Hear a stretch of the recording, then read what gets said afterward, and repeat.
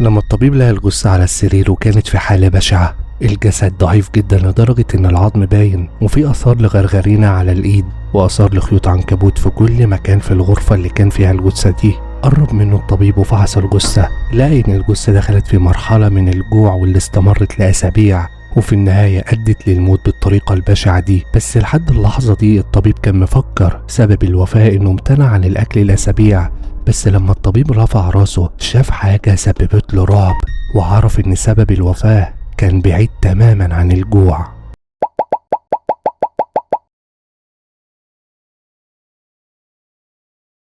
قبل الحادثة دي بساعة تقريبا، عربية فرملت بشكل مفاجئ والباب اتفتح والطبيب وقع بره العربية واتدحرج على الأرض.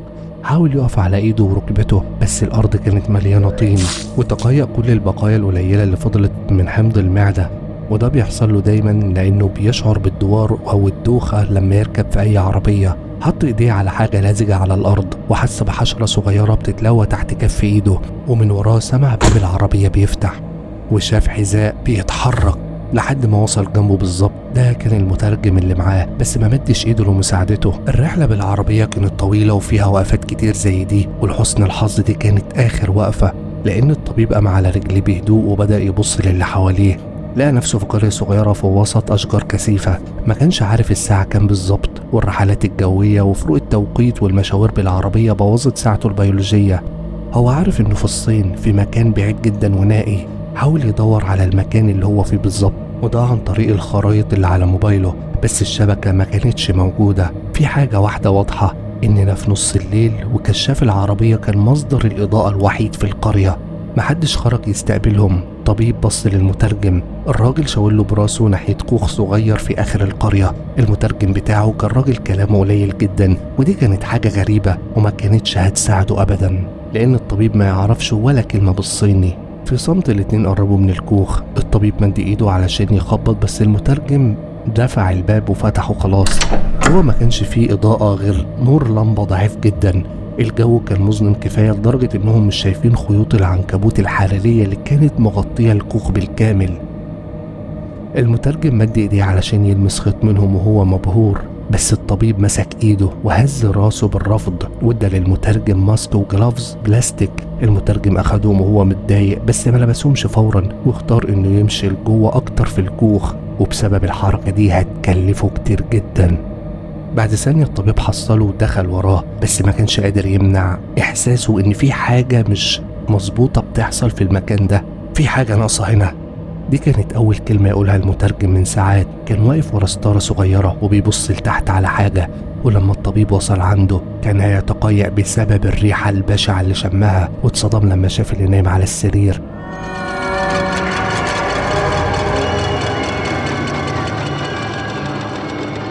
كان راجل رفيع جدا، عبارة عن جلد على عظم، باين عليه ما أكلش من أيام. معصم إيده ورجليه كانوا مربوطين بقوة في السرير، لدرجة إن الدورة الدموية ما كانتش واصلة لإيديه وأطرافه. الطبيب قدر يشوف علامات الغرغرينة وهي بتسرح في كفوف إيده، بس للأسف وصلوا متأخر. الراجل ما كانش بيتحرك وصدره ما كانش بيطلع ولا بينزل، والأسوأ إنه أكيد مات من فترة طويلة، لأن في طبقات من خيوط العنكبوت كانت مغطية جلده الباهت. المترجم برطم بكلام صيني، بس الطبيب قدر يفهم من تعبير وجهه انه غاضب، لان على مدار ليلة كاملة من القيادة في مكان مقطوع علشان في الاخر يلاقوا جثة ومفيش اي حاجة من اللي كانوا بيدوروا عليها.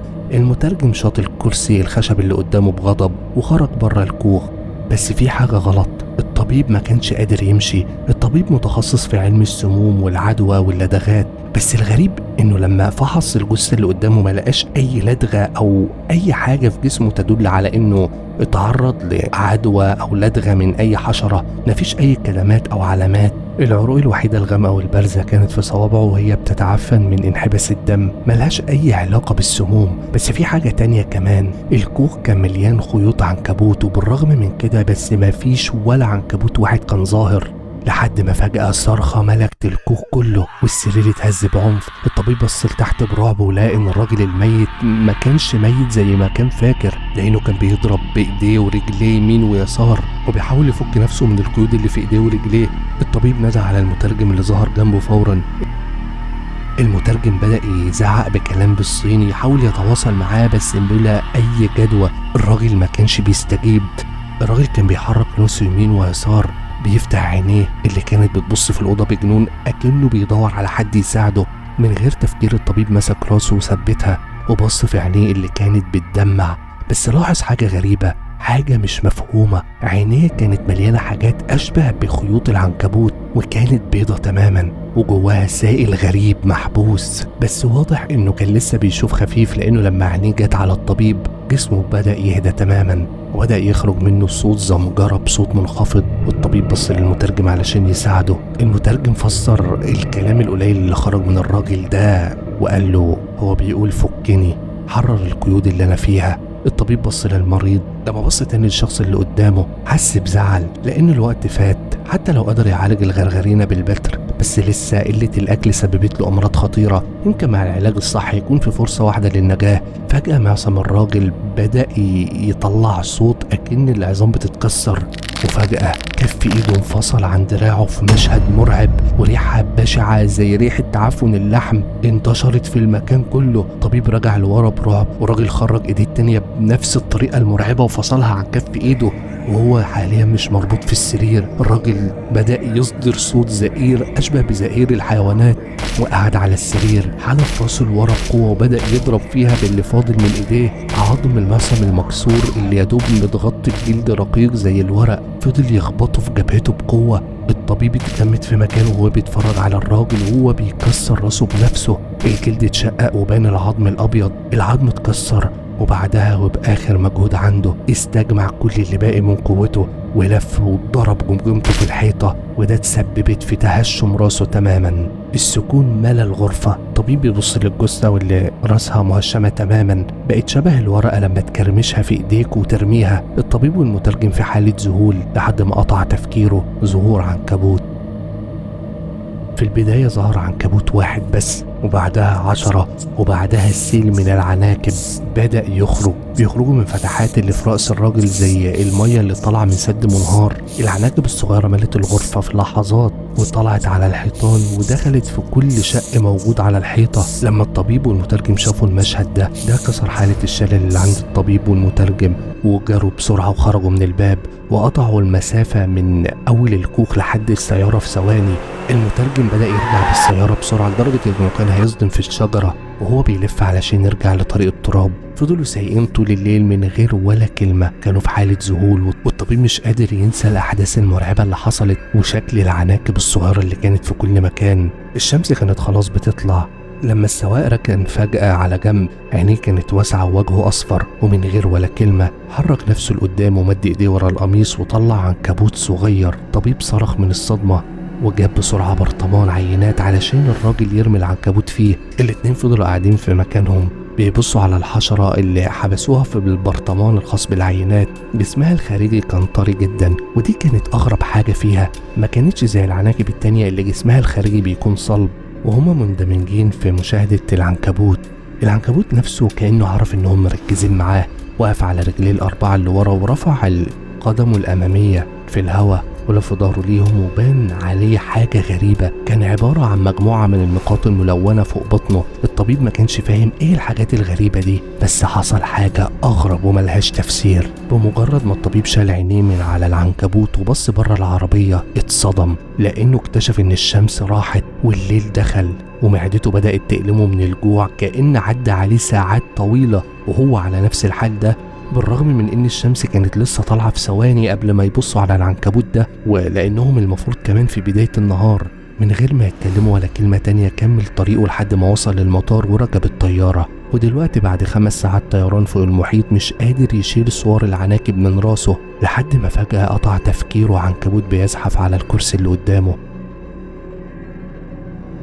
حس ان قلبه هيقف ورجع بظهره بعنف في الكرسي وعينيه واسعة على الاخر، وبص في ارضية الطيارة. شاف مئات العناكب بتتحرك في الطيارة بالرغم من ان الناس اللي حواليه كلهم قاعدين في هدوء تام. فقال لنفسه انه كل اللي بيحصل ده مش حقيقي، ده مجرد تهيؤات، وانا اكيد تعبان او مرهق بسبب اللي حصل وان ما نمتش بقالي يومين. بعدها الطبيب مشى ايديه على شعره وشوية شعر تساقط على ايده، وللمفاجأة ان لقى شعره بقى ابيض برغم من انه لسه شاب وما كانش عنده ولا شعراية واحدة بيضة. وبسبب صدمته دي رفع ايديه وخبط على جبهته، بس بمجرد ما عمل كده وللمفاجأة ان الصداع اختفى فورا. قعد اكتر من دقيقة يخبط بصوابعه على جبهته لحد ما الصداع راح تماما، وبعدها راح في النوم.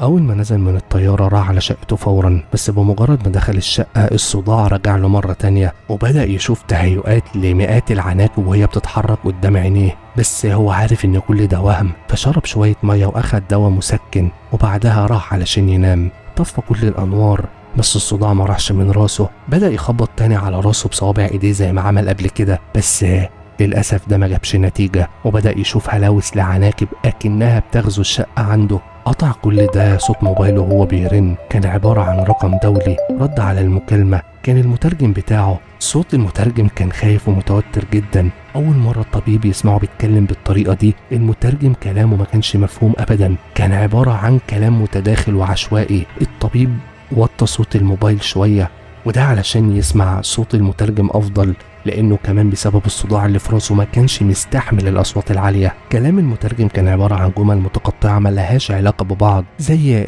الحكومة عرفت، كان لازم نلبس جرافزات، متأخر جدا، الألم، المتعة، استخدم شاكوش، مفيش حاجة ليها معنى. وبعدها المكالمة اتقطعت. بص للشاشة ولقى إن الموبايل فصل شحن، وده بالرغم من إن الموبايل كان مشحون من شوية لحد الآخر. ضرب نفسه بقوة في راسه وابتسامة اترسمت على وجهه لأن الألم راح بمجرد ما عمل كده. المخدة بتاعته كانت غرقانة دم، وبص جنبه لقى برطمان العينات، بس الصدمة إن البرطمان كان فاضي والعنكبوت اللي كان جواه اختفى فجأة. ده غير إنه افتكر إنه قبل شوية كان واقف في المطبخ، وفجأة لقى نفسه نايم على السرير وهو مش عارف إزاي ده حصل. الوقت بيعدي وهو مش حاسس بيه، ساعات كاملة بتمر وهو مش واعي، بتمر في لحظات. بدأ يحس بحاجة غريبة، مشى ايده على شعره ولقى خيوط عنكبوت لازقة في صوابع ايديه. ومجرد ما عمل كده فجأة لقى نفسه قاعد تحت المكتب ماسك شاكوش في ايده وموجه، وحس ان في دم بينزف من راسه، وكان احساسه مختلط ما بين الألم والمتعة. عقله بدأ يركز على فكرة واحدة، هو انه يضرب نفسه بالشاكوش اللي في ايديه. رفع الشاكوش وضرب نفسه في جبهته. الألم وصل راسه، لكن فجأة يتحول لإحساس غريب، إحساس أكن الألم اللي في راسه اختفى وبيحل محله إحساس متعة. كل ضربة كانت بتزود إحساسه بالمتعة أكتر، وخيوط العنكبوت فجأة مالت كل ركن في الغرفة حواليه، وبدأت تتحرك حوالين إيده ورجله، وبدأ يضرب راسه بالشاكوش أكتر وأكتر لأن ده كان بيساعده على إن الألم يروح. طاقم من المستشفى عمرهم ما شافوا حاجة زي دي قبل كده، الموضوع كان أكبر منهم. في منتصف الليل رتبوا إن الطبيب لازم ينتقل لمنشأة متخصصة في عربية إسعاف. كان تحدي إنهم يخرجوه من السرير لأن خيوط العنكبوت اللي كانت بتطلع من جلده كانت عاملة حاجة أكنها رابطة في ملاية السرير. بصعوبة قدروا أخيرا ينقلوه سيارة الإسعاف، وأثناء ما كانت السيارة في الطريق للمستشفى فجأة ظهر سائق سيارة مسرع، قطع الإشارة الحمراء واصطدم في سيارة الإسعاف وخلاها تتقلب وتخرج بره الطريق وتتدحرج على التل، وقتلت كل اللي جواها بما فيهم الطبيب. لما الشرطة وصلت لمكان الحادث الصباح لقوا سواق السيارة اللي عمل حادثة قاعد لوحده وبيبص على حشرة صغيرة جنب الحطام. السائق ما كانش فيه أي خدش من الحادث، شكواه الوحيد كانت إنه حاسس بصداع خفيف، ودي كانت بداية اللعنة بالنسبة للسائق ده، لأن غالبا أي حد بيحس بالصداع ده بيكون اتعرض لفصيلة غير طبيعية من العناكب اللي بتأثر على الإدراك، ملقبة بعناكب الأفكار الاقتحامية أو SCP-632. تقارير غير مؤكدة عن مستعمرات عناكب غامضة كانت بتظهر في آسيا وخصوصا في ريف الصين من عشرات السنين. ففي سنة 1972 سكان قرية في مقاطعة أنهواي تم العثور عليهم كلهم ميتين، كاملة من الجثث، كل واحد راسه مهشمة تماما، مع وجود 106 متوفي و23 مصاب. القضية دي اتصنفت على إنها صاحبة أكبر عدد ضحايا لعناكب SCP-632. الغريب في الموضوع من الناحية الفسيولوجية ان SCP-632 اجسامهم طريه جدا ولونهم بينك فاقع، وفي الحقيقه اجسامهم مكونه من انسجه مخ بشريه وعليها طبقه دهنيه بتحميهم. وزي ما حصل للطبيب،